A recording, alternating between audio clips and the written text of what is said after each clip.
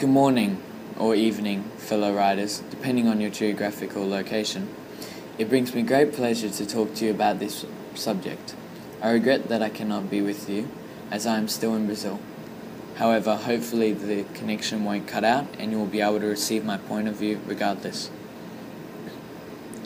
Today I will be talking to you about Australian literature and how this art form has helped model the Australian stereotype and how it has changed.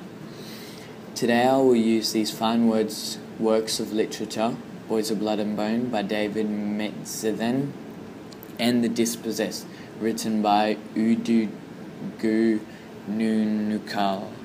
Not quite sure if that's the correct spelling, but anyway. Now, the Australian stereotype. What is it?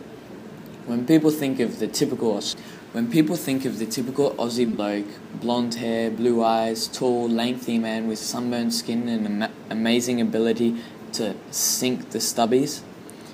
However, there are other Australian stereotypes. Two of these are the Australian digger and the Aussie bushman. The digger stereotype was formed after the First World War, in which the Australian and New Zealand Army Corps united together and fought gallantly on a suicidal mission to Gallipoli, Turkey. Since this great battle, Australians have been a model of heroic and brave, determined people.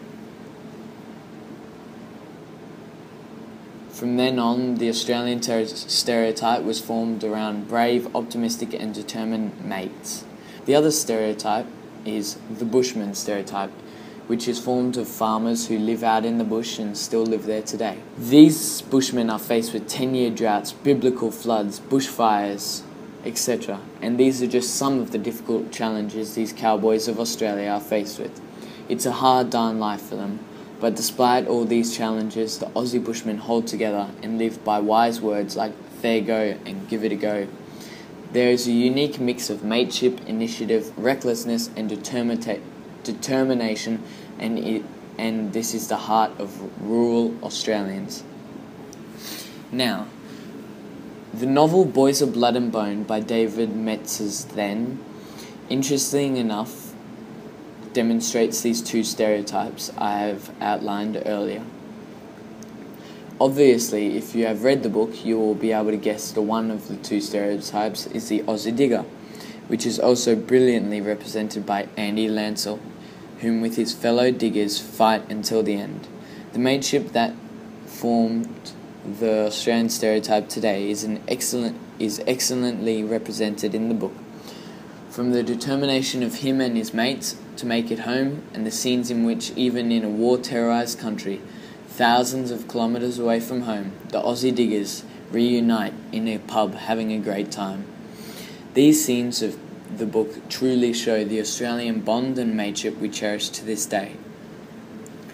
The second stereotype represented in this brilliant novel is Trot, whom Henry meets whilst he is stranded in Stratford.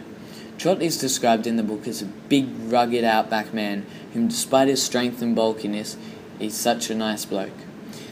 This character really rings true to the bushman stereotype. Throughout the whole novel, Trot is constantly giving it a go and doing it with a smile. Now, onto the poem by Udugu Nunukal. As you may notice if you have read the poem, there are not any examples of the two stereotypes which I spoke of. However, it does point out an interesting fact that in today's stereotypes of Australians, there is not much mention of the indigenous population, even though many believe they are the true Australians. Udugu even mentions this in the start of his poem. Further into the poem, the author was describing the pains and troubles the Aboriginals had to go through with the arrival of the settlers. However, they kept fighting and struggling for survival, and now the white and dark brothers find equality and peace. So, as you can see, there are many poems and works of art that help shape the Australian stereotype today. I spoke solely of how contemporary literature has shaped it. However, there are many other art forms which were just as equally important. And with that, I say my goodbye, or how they say it here in Brazil, ciao.